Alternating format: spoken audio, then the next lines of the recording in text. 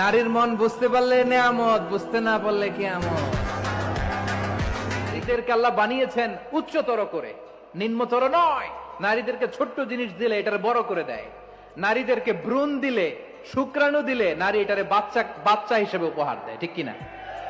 বিয়ের মাধ্যমে স্বামী যখন তার শুক্রাণু তার স্ত্রীকে উপহার দেয়, স্ত্রী রিটার্নে কি উপহার দেয়? ফুল ফর্ম বেবি, মানব সন্তান।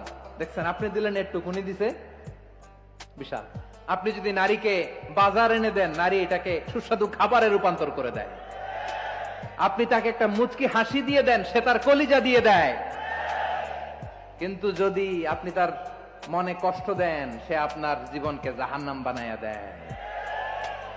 খবর আছে, নারীর মন বুঝতে পারলে নেয়ামত, বুঝতে না পারলে কিয়ামত।